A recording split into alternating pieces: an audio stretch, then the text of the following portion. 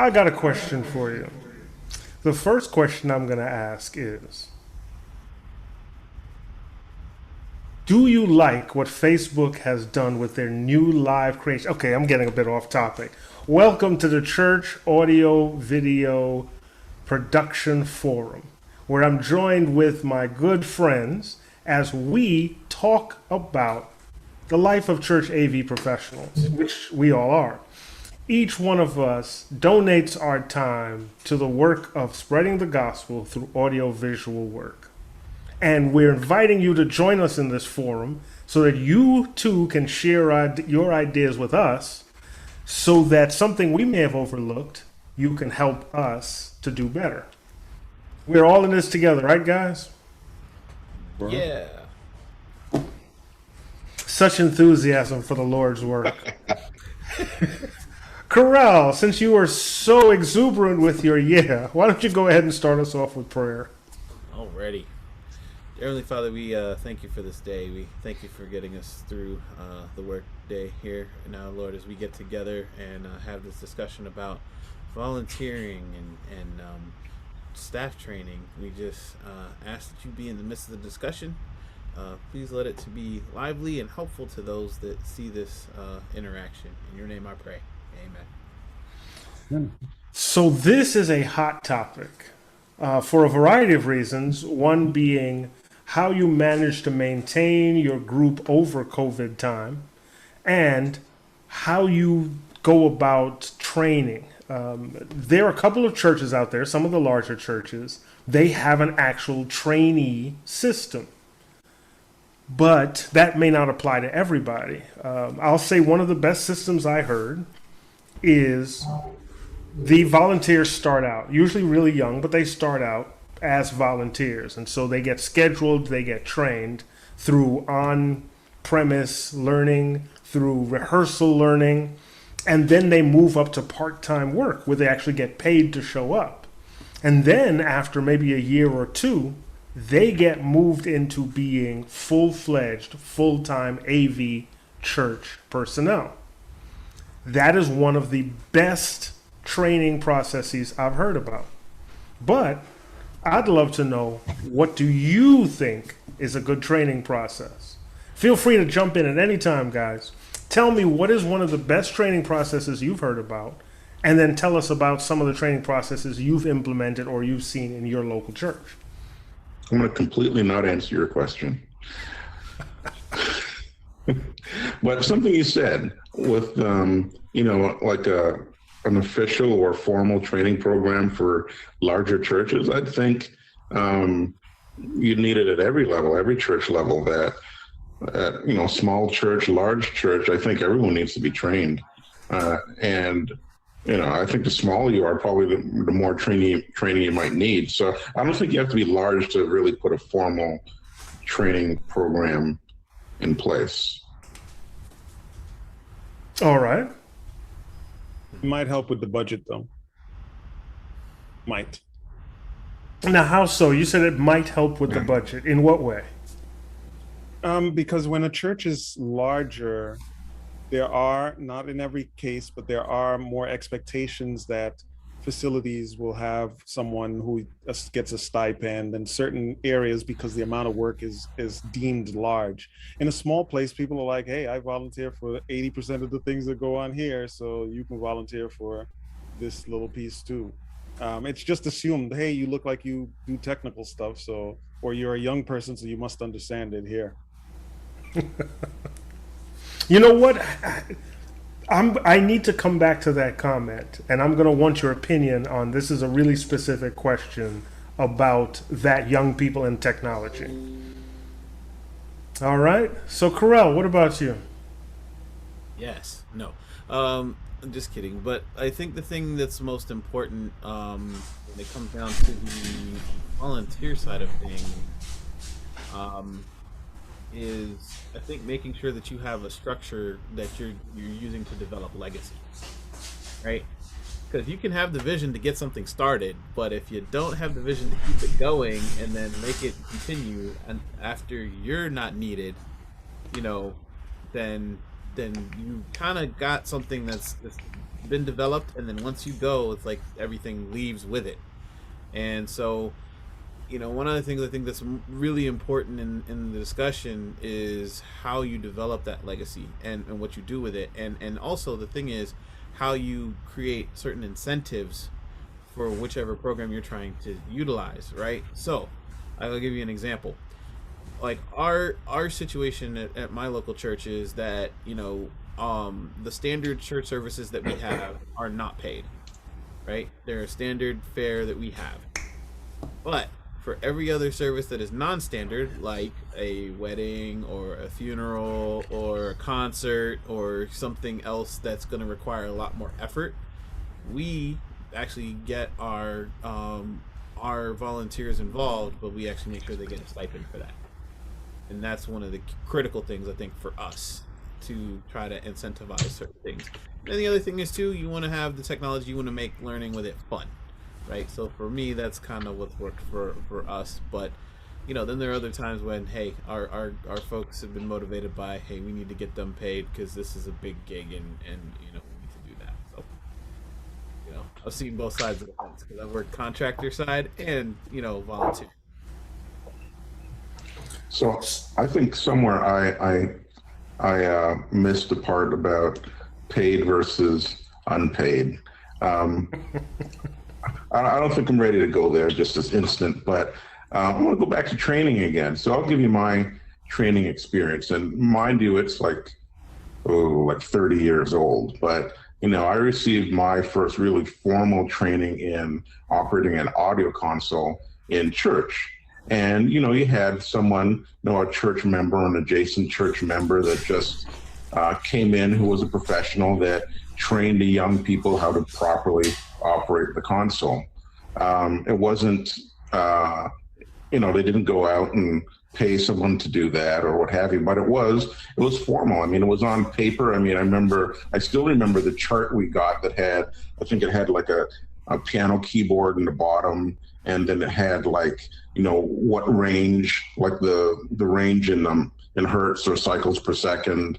And then it had an overlay of, this is where the sopranos are at, this is where the altos are at, the tenors, the bass, here are the frequencies you need to think about, and kind of just going through the theory and just the basics of, how do you operate an audio console. And I think that sort of thing is even much easier to do now. And I'm talking pre-World Wide Web, pre-YouTube, what have you. I mean, I don't think you need a huge budget or big formal expensive program, but you need to definitely have something formalized, a plan, even if it is the notebook that you have handwritten notes in that says, okay, these are the basics or what have you, and everyone reviews it, or they put something up on the felt board that they stole from the primary room or what have you.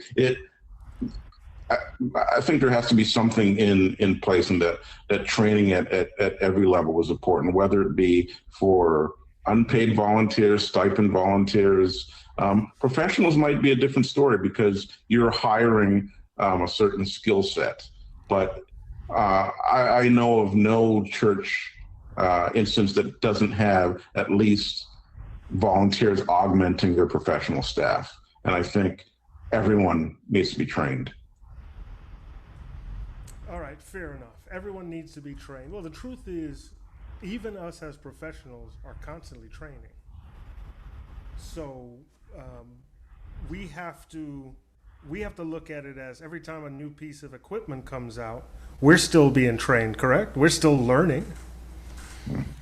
I think one of the things that I saw that was most incredible in terms of training is the people who are willing to be there multiple days a week, as opposed to the people who, I don't know if that's 100% fair, because this is my livelihood. So of course I'd be interested. Of course I'd be there multiple days a week, but other people who are volunteers, who have full-time jobs, may not be able to dedicate the time to do it.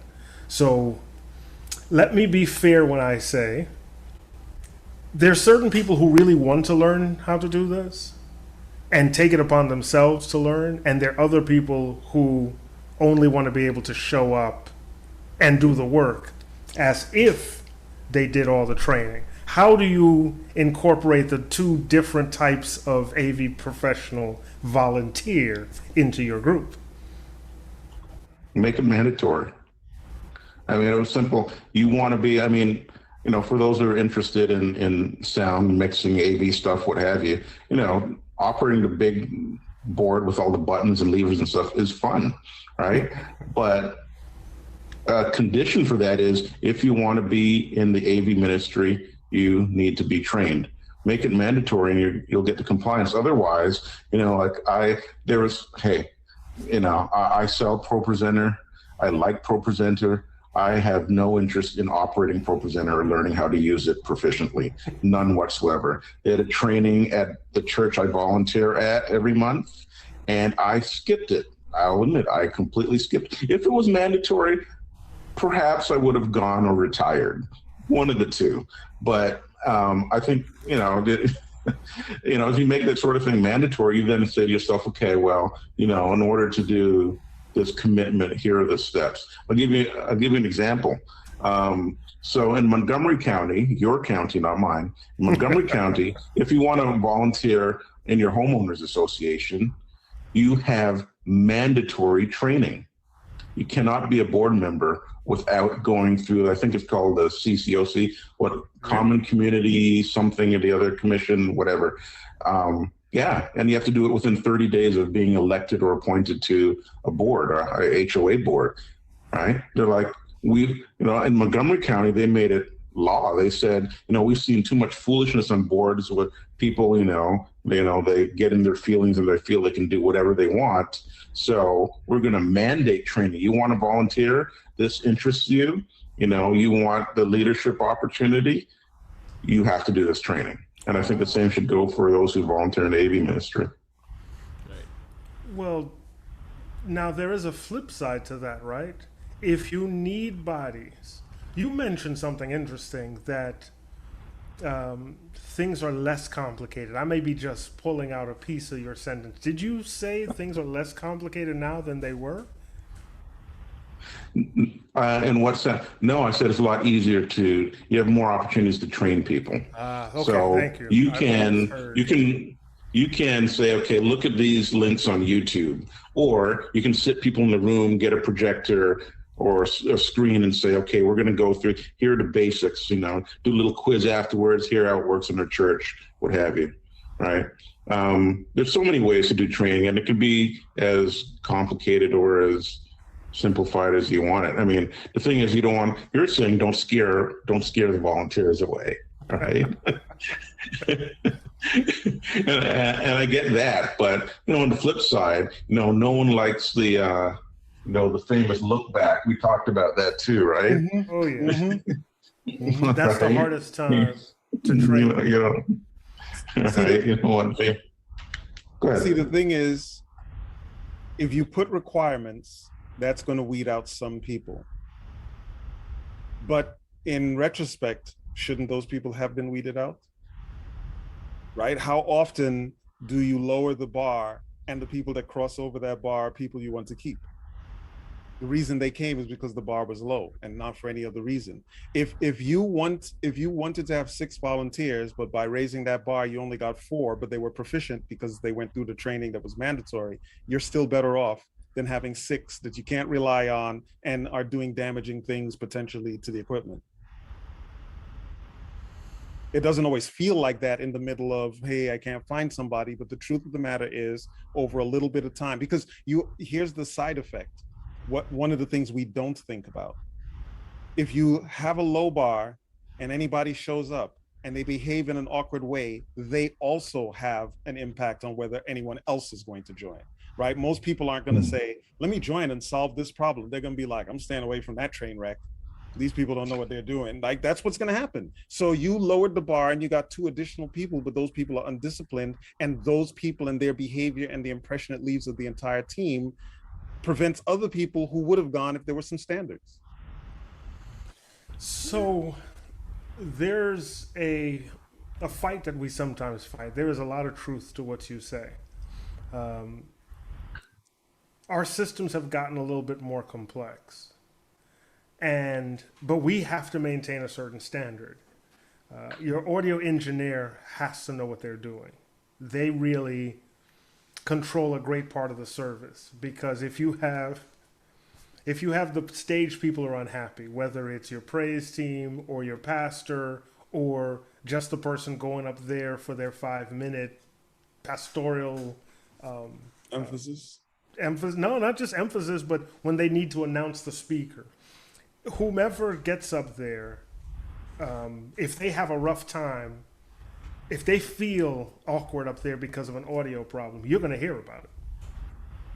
So when is the best time to train people? And I'll follow that up with another question. When is the best time to train people? Yesterday. Well, It's one of those things that if you don't start it, there's never a good time. Like the better time is always now or previous to now. And you can wait for a better time, but then you'll discover it was now or previous to now. So now we all know the adage, you play like how you practice, right? Under what conditions can you practice a whole service properly? It requires those praise team people. It requires the pastor up there. Robert, it sounds like you're saying experiment on people come Sabbath, come divine worship. No. No. Training by fire. No. Training by fire. No. all right, look. There's tears to this thing, man. Like literally, there's tears. Yeah. Right? And let me double back on something, and then I'll come back to this. So, to Andrew's point, yeah, you want to kind of weed out some of the folks that may not be as reliable. But then there's other times when, God bless him, Brother Johnson, he's not highly proficient, but he was the one that was available for that, Tuesday service, at 2:00 that we needed to have. And they may just need to just sit there and police the one fader, and that's all we need, and that might be useful. So, I think, as leaders in those departments, you got to know where the strengths of certain folks lie, and you can kind of use those to your advantage if you know how to manage those properly. But yes, you want people more proficient than not. But I think the other thing that's important here, to get back to the actual thing we were just talking about, is that there are layers to this thing, right? I can tell you many a times I crashed and burned at church. And I learned a hard lesson from that. But not 2 steps away from me was the senior engineer that was ready to just take over when things got a little too real, right? And so the thing is, for us, with our training strategy that we actually have 3 tiers of like audio engineers. We have our trainees, we have like our A2s, or our technicians, I call them, and then we have our engineers. So that also comes with different, responsibilities, obviously. The engineers, they know the entire system through and through. They could repatch, and rebuild the entire thing from scratch if we had to. Technicians are kind of getting that knowledge and understanding. They don't have as much experience at the desk or at the mixer, as our engineers do. But if we have a higher chance of leaving them alone for longer, and usually things don't go down in flames. The trainees, no. They get a chance to kind of sit at things and watch how we do things at sound check on Friday night or on Saturday morning, whenever it was, depending on how things were laid out, right? And we would kind of let them, get exposed to that, and then start working them into the technician range, and then hopefully work the technicians into the engineering range if they show proficiency. Because you had different people at different speeds, different places, and some just jumped in, dived in. They wanted to know everything. I mean, you almost couldn't beat them off with a stick if you wanted to, right? And then you had the other ones who were not, but once they got proficient enough, okay, they were reliable, but they weren't going to do the more advanced like stuff or the concerts or whatever was going to be big with whatever artist or whoever was coming. So there's some layers to that whole discussion. Well, and another point, because Carell brought out something that I think is important. The purpose of the standards is not to put people into tiers and classes of proficiency. I mean, clearly you want people to be more proficient than not, but you're going to get people who will follow the rules and the instructions, but they just don't have the full affinity like that someone else might have. They may not have the full skill set, and it may not come intuitively to them as it does to somebody else, but they're going to follow the instructions. They're still gonna make stuff work. You may be able to give them a smaller scope of responsibility, but they're going to be trustworthy and reliable. The standards is about people understanding what they should be doing and doing it at whatever proficiency level they happen to have, because you're not weeding out for proficiency. You're weeding out for dedication and reliability, right? That's one point. The whole thing about practice as your reference about how you play is how you practice. That reference is in terms of seriousness. If you come into a practice, whatever its size or scope, and you're just kind of monkeying around and just goofing, you're going to end up goofing for real, because that's what you're practicing. That's what you're developing, right? It's not so much, you don't always have an opportunity to do a full scale practice. The idea is to sample enough of what needs to be addressed and to do it with the same level of gravity that is needed in the real, right? It's not, oh, did we get to do something for an hour? No, it's, did you cover enough bases so people understand the things that need to be done and know how to flow from one area to another? That's what's important. And if they do it seriously and don't make the whole thing a joke, because then if you practice, you could have as many practices you want, but if people are coming to them with no seriousness, you can't expect them to suddenly be serious in the service. Okay, fair enough. So one of the things that I've noticed over COVID is we've had a drop off in people who actually volunteer. So when it comes to training, how do you train your entire team at the same time? What is the easiest way? Now, one person can't take on all the training. It is the situation where I know the system best in my church. It's just what happened. So how do I train everybody at the same time? How am I able to train enough people so that I can move to the next section to train enough people to move to the next section to train enough people? Well, I'm gonna say this because I'm in that boat right now, right? Mm-hmm. And I'm about to get very busy with what I've got going on, for my 9 to 5. So that's gonna take precedence, even on the weekends when I've got to, I would normally be handling the situation at the church. And the reality of the situation for me is I'm working with my more experienced people that have not necessarily been extended to, some of the reaches of what I'm having to deal with from week to week. So in other words, unpack that, they might run the switcher, but they don't know how to load the clips into the switcher. Right? Mm. So now I'm starting to work to get them more well-rounded in terms of, this is what I need to do to load the switcher. Right? So I showed them this past weekend, but this weekend coming, they're going to have to load it. Oh, yeah. Now, I will tell them, hey, if we need to review this, let's go again and again and again until you get it. Right? But the thing is that there's going to come a hard stop where they're not going to have me there, and they can't call. I won't be able to answer the phone more than likely. So they're going to have to get it down. But the next piece of it is, now that I've shown them how to do it, they get to show everybody else. That's right. Why is that important? Because you go and learn something, the best way to make sure you keep it up is to teach somebody else. Right? And so this is where you got to have those systems in place to do that. And then the other key thing too, which has also been a component, because I know the entire system, audio, video, basic understanding of how the power relays are laid out, all that kind of stuff, right? Now I'm gonna have to show them, because I'm working with like my video team right now, how to cross train into the audio side, because ta-da, I was doing everything a couple Sabbaths. I was it.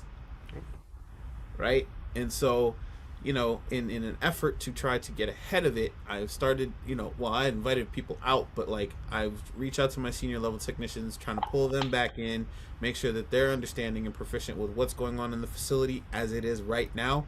Because here's the other thing that's going to hit, right? It's going to get a lot tougher because they're going to start adding more elements to the program to get right back to where we were. But if you get ahead of it with your folks and get them on the page with the experience, and then they can bring on the other folks, and you guys can work as a team to kind of fill in the cracks and the holes. That's the way I'm looking at it. I mean, I could be dead wrong, but I mean, hey, at this point, it's a matter of necessity for me to do this so that they can get the knowledge they need. I agree with Carell. I would say in a situation where you have multiple people that you need to train all at once, I think that what you need to do in that case is you have to first speak to the people that you're training and say, hey, listen, this is an awkward situation. We're getting you up to speed. So I'm going to have to train you in this area. And then you're going to have to hold the fort down and also help other people come on. And I'm going to train you in this area. Like, you can't train all of the people unless you can do it simultaneously. You can't train all the people in a given area. You got to train the person who's ready to be trained in that first area. And then you need to move to the next area with the person that's got to be trained, but get them on board, help them to understand that you're not just simply dropping them in the fire, but that, the war started and we're just handing out the munitions. So you're gonna have to get with the program, and once you do that, you kind of enlist their support for it. It'll help them. As Carell said, they're definitely going to get better at they'll get a better understanding when they have to explain to somebody else. And if there's anything they get asked that they realize they didn't know properly, they'll have to come back to you, and it will work as a train the trainer thing. And then you can rotate through and until you're out of the mix for being the primary. Mm-hmm.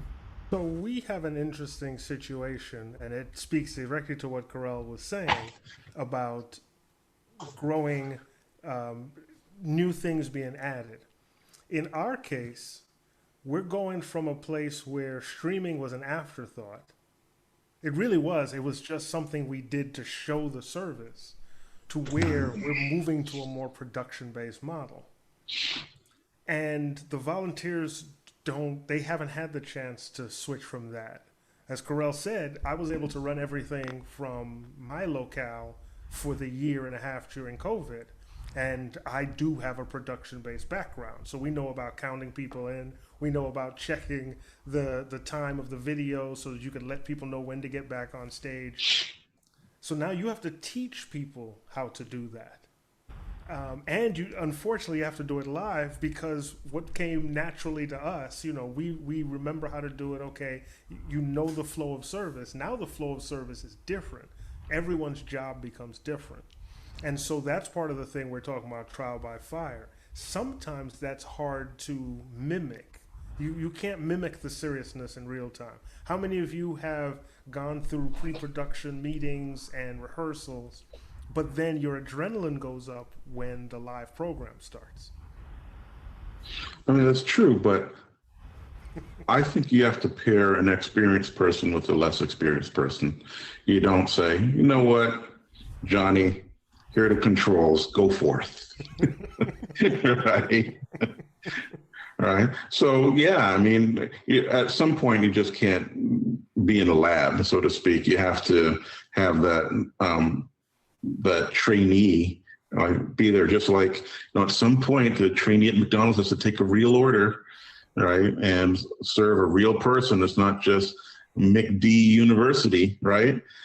But you don't have a first-time manager and a first-time cashier and a first-time short order cook all there at the same time on the same day, right? That's called a disaster, right? So you have to really mix in and stream in, no pun intended, and integrate your volunteer staff.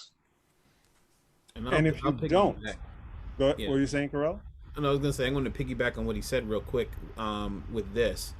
You know, if you're fortunate enough at your church to have multiple people with different skill sets, right? So within our audio team, we've had multiple engineers that have been there. The skill sets are different. So one of the guys who I learned from, it was highly technical. So he was very good at explaining things in very technical detail, right?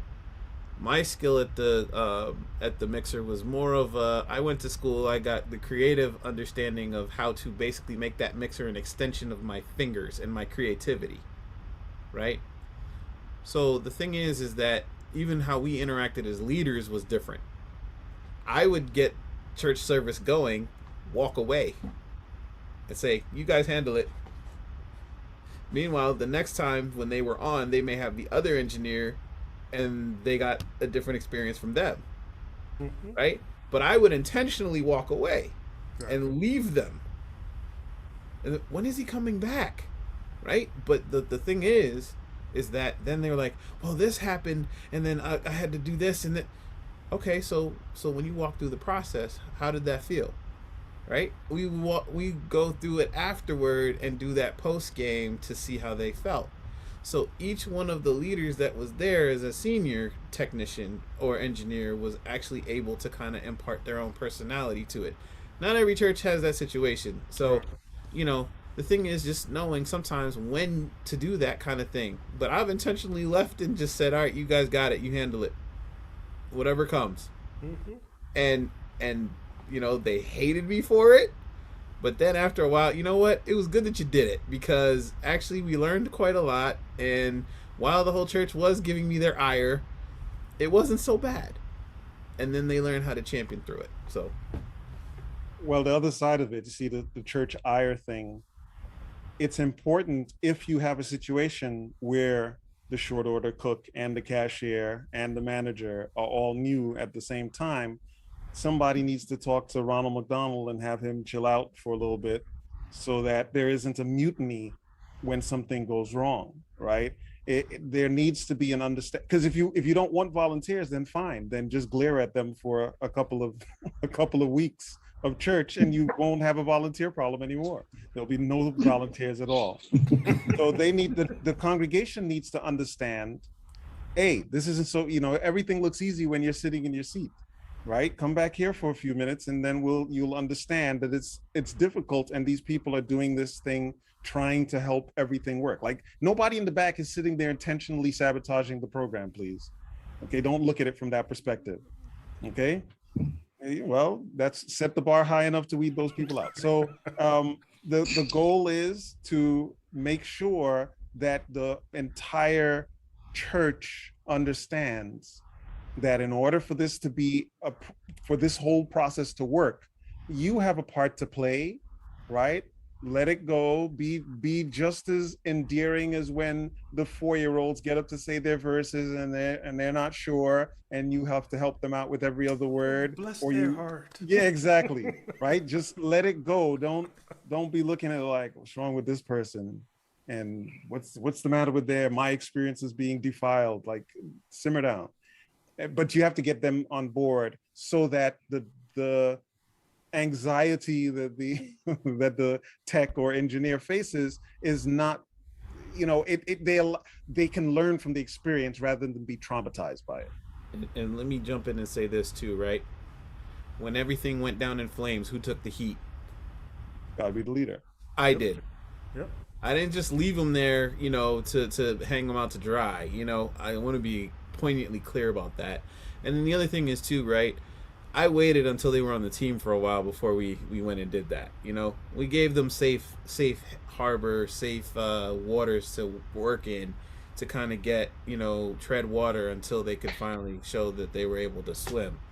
And so by the different approaches, they got the technical understanding, they got some of the creative understanding, they got a chance to kind of, oh, this is cool, I get to fly solo right now, okay.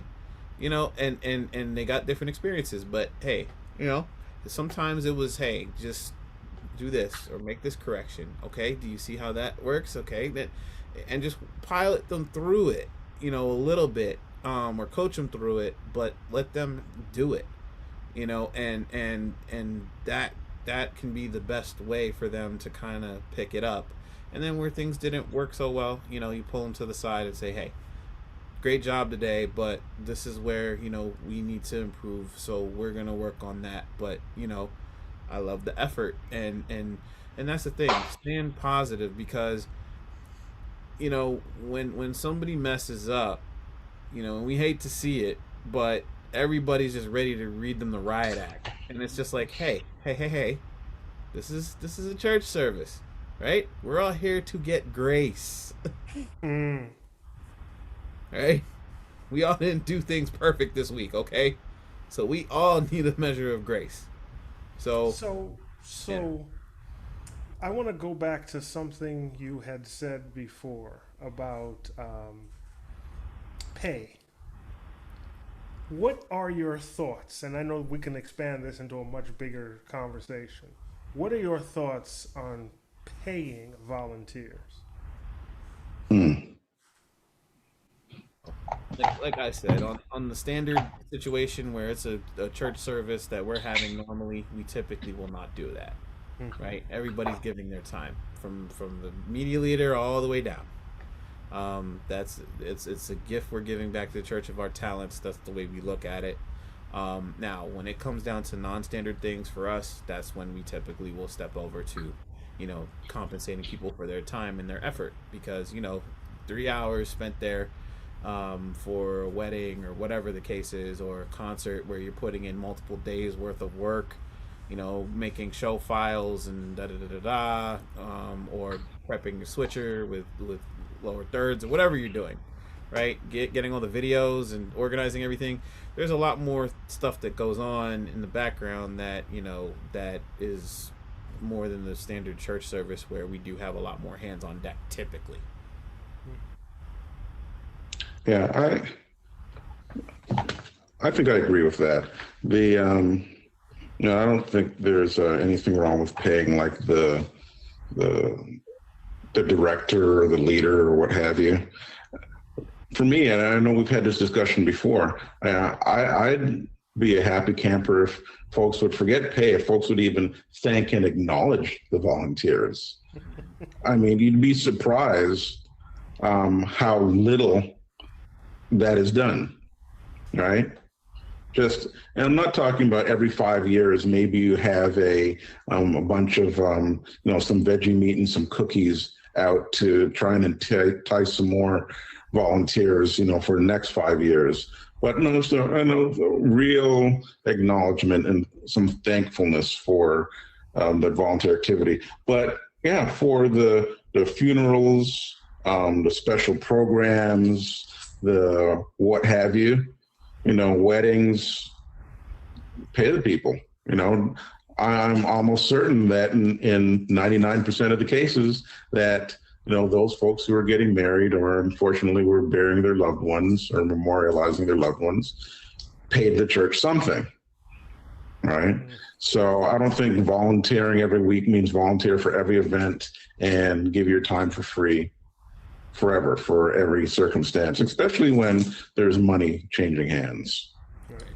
Yeah, in every church that I've been in, weddings are something you charge for because you're going to have people that come and clean up that gets done and da da da da da that gets taken care of. I think one of the reasons why I've seen such a wide range of actions as it pertains to stipends, payment, and so forth, is because there are other people who also volunteer that don't necessarily get anything in those. Like, so for instance, you might have a few deacons that show up to open up and make sure the church is available, and there's not always an accommodation for that. There has to be a strategy that says when there are special things, these activities take place, and all the people who are part of supporting those activities get compensated in some way that's at least a token for their time and so forth. It has to be thought out. It should not be on a per department basis. That said, sometimes the amount of work involved is very different, right? Sometimes the work involved is very different because when you're talking about audio equipment and so forth, especially if any additional equipment is brought in, if it's all the church stuff, then it's probably going to there's not as much set tear down or anything like that, but it can be. For a concert, it would be. There's a lot of change I see whenever concerts are involved, in terms of how the equipment gets arranged and laid out, and when they're finished with it, how much has to be put away and so forth. So a lot of times people don't understand that. They just think it's, I have a radio, what's the big deal? All right, I have a stereo set at home, what's the big deal? They don't understand everything that's involved, other than to be annoyed when it wasn't what they thought it should have been for a particular moment. So I think it has to be thoughtful. You need to understand how everyone is going to be impacted, but something should be done to recognize that the amount of work that goes in here is significant work, to the extent that if you needed 5 deacons and you had 4, it's less noticeable than if you needed 5 audio technicians and you had 3 or 4, right? Okay, so my philosophy has usually been, I don't ask for any money for what I do on my day of worship on Saturday. And I just wouldn't ask for any money. But something you said broke that mold already. And I know this is a source of contention. You say it shouldn't be payment on a per department basis. But we broke that mold about 10, 15 years ago, when we decided to start, as churches, to start paying musicians. Now, as people who have done audio engineering, how many musicians would you hear without the audio engineer? You'd hear the drummer. You wouldn't hear the keyboardist. You wouldn't hear. You might hear the bass guitarist if he has his own amp. Silent stage. Nope. Yeah, nope, you'd have no a silent stage. So have we don't have a level playing field to begin with. But we're not going to talk about that right now. This isn't bashing of musicians. That's not the point. It's just the point of, we've already have a model in place where we pay a certain subset of the church. But is that right? Is it right? It's what it is. Right or wrong? No, but there's an opportunity. I mean, you don't have to change it for the world, but there's an opportunity to rectify it so that it's consistent, right? It's to set a baseline and say, okay, this is how this is done. And these are, whatever the rules are, each church gets to say. Maybe they decide that it's only special events that you're going to treat differently, or it's something. But if you're already paying someone and they're already there, maybe you set a time that says starting January 2021, 2022 rather. You have to figure something out. But just because something doesn't mean you get stuck with it. There are a lot of bad things that continue because we feel like sunk costs are too great. So, back to my statement of, I don't think you should get paid for what you do on your day of worship. Mm-hmm. Obviously, that doesn't apply to musicians. But what about the fact that as AV director, there's only one person who spends more time in the building than I do. And that's the actual church custodian.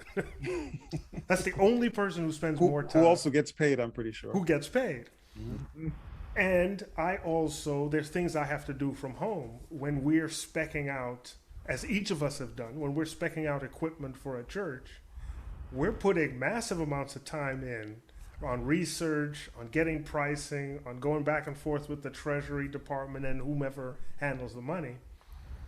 So how would you compensate for that? This isn't just an issue of training, because you do want to train a replacement.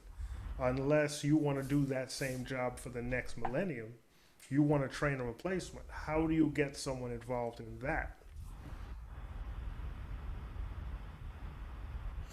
Wow, silence. No. I didn't want to talk first. Yeah, look, and that's the thing where I was getting to earlier in the conversation. The very first thing I said about legacy, right? You have to identify what the skill sets of your people are and who might have that next level gift to be organized or to lead or to show vision on certain things that are going to be important. And look, no one gave me the manual to follow the play-by-play. A lot of things have been trial by fire in terms of learning how to, do certain things around. I will say I kind of have an advantage, I guess, because of, my 9 to 5. I kind of work in a similar environment where I'm dealing with folks that are in religious leadership roles and having to substantiate things to them. So it kind of gave me some insight in how to deal with things. But then there are other things where you had to learn on the job. But the thing is, ultimately, as I'm training these other leaders, to come up, it's not only just, okay, these are the technical requirements. Here's the chain of events that happens if this is not met, and who you're going to end up catching heat from if that doesn't work, or if this isn't done, right? Like, I do kind of start having some of those frank conversations as they get further along with certain folks, because I know that they may end up the next person in line to get tapped, because people will see people's potential. Because that's the crazy part too, right? They may go on a recommendation I make, but they may also see, oh, well, XYZ person does this, and they would be a great leader for this department, and they don't understand the inner workings of how things actually work. All right. All right. We just have a short bit of time left. And so I had one last question for you, gentlemen. When I mentioned before about kids, training kids, we always loved, the flashing lights. AV was, and this before was just audio, but it was the only place that you ever got to interact with faders and maybe the computer system for what did we use the computer system for back in the day? Accounting. But now, have you seen a drop off in kid volunteers at your church? Because we don't have the exclusive access to cool things anymore. They deal with more cool things at home on their phone. So have you seen a drop off in the interest? And we have some high powerful cameras, we have great soundboards, we have really intricate things, but it's also work. It requires you to be a certain place at a certain time and do your job. Have you seen a drop off in kid volunteers? We'll go out on that question, but maybe we'll have something a bit more positive note. Well, I find it kind of hard to go ahead. You're both saying go ahead. I think that I've seen a drop off in kids volunteering, and I think for two reasons. One is the one you mentioned, where the allure of the cool stuff isn't there. But the second is the other problem we've been discussing. Children aren't blind. They see whether or not people are treated with prestige or not, right? They understand who gets all of the blame and the glare. Who knows what conversations happen when they go home regarding, oh, the audio is terrible today. Oh, what was up with the glitches with the video, right? There's all sorts of stuff that they're exposed to that you might not be privy to, or you may only suspect. And who's going to decide to walk into that? No, there are a lot of reasons for them to come away from that. And the third one is, church used to be the only place where they could do that. So in addition to them having their own tools, they can be doing this a little bit at their school or a little bit at some other place. They can be doing this in other, they probably have budding YouTube businesses that they're running and doing it for themselves, right? My son started a whole thing with his little camera and doing stop motion video, and just like he took the stuff he had and he went and did something. So they don't have to do it externally and not at your church. Yeah. All right. Well, yeah, so I'm going to say this, right? Has there been a fall off? Yeah. But I think one of the key things I look back to with my engagement when I got involved, right? I got into doing audio when I was like 15, 16. Haven't looked back since. I was engaged by other folks that were doing this that I was also influenced by in other ways, whether it was music or whatever the case was, right? They kind of said, hey, you may enjoy this if you like, because I like computers and the technical things and being into music, and that just seemed to be the right fit for me in terms of like something I wanted to do. I understood the commitment, and they knew the car and all that stuff before I could drive and all, but they were willing to work with that, and the encouragement that came from that ultimately brought me into influence me. So I think one of the key things that's also important, right, is engaging the young folks that are there at the church that show an interest. Don't lose that influence that you can have. If they show an interest, jump on that and try to make sure that, yeah, you don't okay, I'm jumping on it, and then just like throw them into the wolves. No, I mean, you're gonna take your time with it, but you show that interest, develop the relationship, and bring them along, and you just don't know the possibilities. I mean, hey, I don't think I would have had a career in AV if it was not for the person that reached out to me and said, hey, you might want to consider this, and help the church out. And I mean, like they say, the rest is history. Well, listen, thank you guys very much. Um, as we go out, I want to remind you, everyone who's watching, I want to remind you that we will be on every 2 weeks. And next time, we're going to have a really interesting topic with only audio engineers. So we're only going to have audio engineers on, and I'm just going to pose some questions to them, because what I've found is audio engineers are some of the most dogmatic about how they think things should go. And I think we're going to have a really interesting set of conversations. So join us in 2 weeks for that. If you have questions or comments, be sure to post to us, write to us. We're willing to talk about just about anything, as long as we're talking about what affects God's church and how we can make it better. And on that note, gentlemen, thank you all for joining. We will see you in 2 weeks.